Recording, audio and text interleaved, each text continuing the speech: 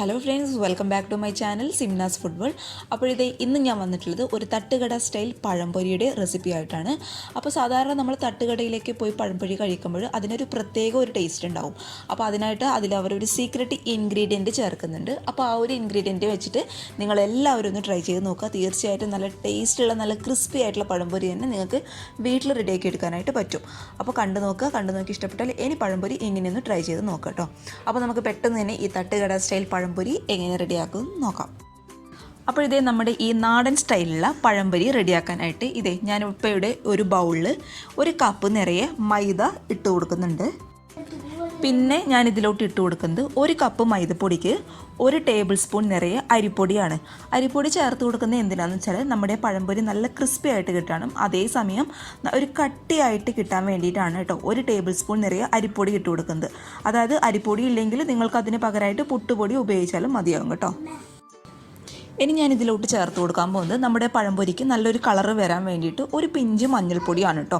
സാധാരണ ഹോട്ടലിലൊക്കെ ഉപയോഗിക്കുന്നത് ഫുഡ് കളറാണ്, പക്ഷെ നമ്മൾ വീട്ടിലൊക്കെ ഉണ്ടാക്കുമ്പോൾ അതിൻ്റെ ആവശ്യമില്ലല്ലോ. പ്രത്യേകിച്ച് നമ്മൾ കുഞ്ഞുങ്ങൾക്കൊക്കെ ആയിരിക്കും പഴംപൊരി റെഡിയാക്കി കൊടുക്കാനായിട്ട് പോകുന്നത്. അപ്പോൾ അതിൻ്റെ ആവശ്യമില്ല. അതിന് പകരമായിട്ട് ഒരു പിഞ്ച് മഞ്ഞൾപ്പൊടി നമുക്കിതിലോട്ട് ഇട്ട് കൊടുക്കാം. ഇനി നമ്മുടെ പഴംപൊരി ഒന്ന് പൊങ്ങി വരാനായിട്ട് ഒരു പിഞ്ച് ബേക്കിംഗ് സോഡ ഞാൻ ഇതിലോട്ട് ചേർത്ത് കൊടുക്കുന്നുണ്ട്.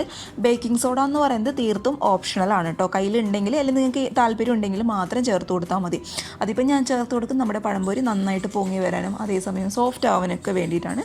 ഒരു പിഞ്ച് ബേക്കിംഗ് സോഡ നമുക്കിതിലോട്ട് ചേർത്ത് കൊടുക്കാം. ഇനി ഒരു ഫ്ലേവറിന് വേണ്ടി മാത്രം ഒരു ഏലക്കായുടെ കുരു മാത്രം ഞാൻ ഇട്ട് കൊടുക്കുന്നുണ്ട് കേട്ടോ. അത് ജസ്റ്റ് ഒരു ഫ്ലേവറിന് വേണ്ടി മാത്രം ഇട്ട് കൊടുക്കാം. ഇനി നമുക്കിതിന് പഴംപൊരിക്ക് ആവശ്യമായിട്ടുള്ള മധുരം, അതായത് പഞ്ചസാര ഇട്ട് കൊടുക്കണം. പക്ഷേ നമ്മൾ പഞ്ചസാര ഡയറക്റ്റായിട്ട് ഇട്ട് കൊടുക്കുകയാണെങ്കിൽ ഇത് അലിയാനായിട്ട് ബുദ്ധിമുട്ടായിരിക്കും. അതിനായിട്ട് ഞാൻ നമ്മളിത് റെഡിയാക്കുന്നതിന് ഒരു 15 മിനിറ്റ് മുന്നേ 4 ടേബിൾ സ്പൂൺ പഞ്ചസാര അര ഗ്ലാസ്സിൽ വെള്ളത്തിൽ ഒന്ന് കുതിർത്ത് വെച്ചതാട്ടോ. അപ്പോൾ നമ്മളിത് റെഡിയാക്കി കഴിയുമ്പോഴേക്കും പഞ്ചസാര നന്നായിട്ട് അലിയുകയും ചെയ്യും. പിന്നെ മാത്രമല്ല നമുക്കിത് ഈ പഴംപൊരിയെ ഒന്ന് മിക്സ് ചെയ്യാനായിട്ട്, പഴംപൊരിയുടെ മാവ് മിക്സ് ചെയ്യാനായിട്ട് വെള്ളം ആവശ്യമുണ്ട്. അപ്പോൾ വെള്ളത്തിൽ കിടന്ന് പഞ്ചസാര അലിഞ്ഞങ്ങ് ചേരുകയും ചെയ്യും. നമുക്ക് ഈ വെള്ളം ഇതിനായിട്ട് ഉപയോഗിക്കുകയും ചെയ്യാം. അപ്പോൾ 4 ടേബിൾ സ്പൂൺ പഞ്ചസാര അര ഗ്ലാസ്സിൽ വെള്ളത്തിൽ കുതിർത്ത് വെച്ചിട്ട് നമുക്കിതിലോട്ട് ചേർത്ത് കൊടുക്കാം.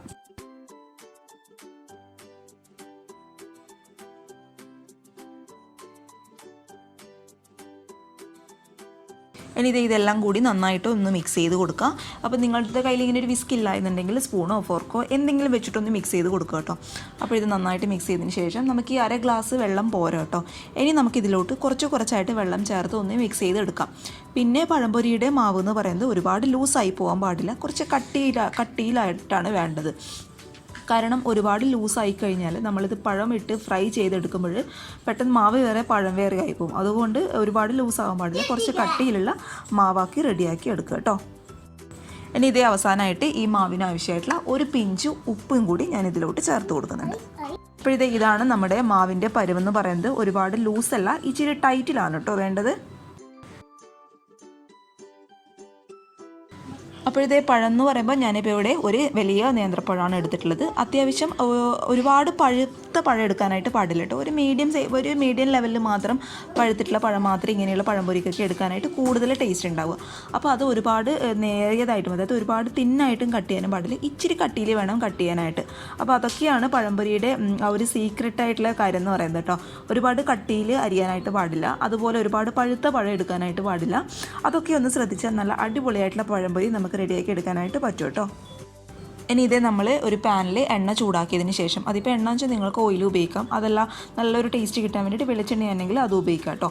അപ്പോൾ ഇനി ഇതിലോട്ട് നമ്മുടെ മാവിലോട്ട്, നമ്മൾ റെഡിയാക്കി വെച്ച മാവിലോട്ട് പഴം ഒന്ന് ഡിപ്പ് ചെയ്തതിന് ശേഷം പതുക്കെ നമുക്ക് ഈ എണ്ണയിലോട്ട് ഇട്ട് കൊടുക്കാം.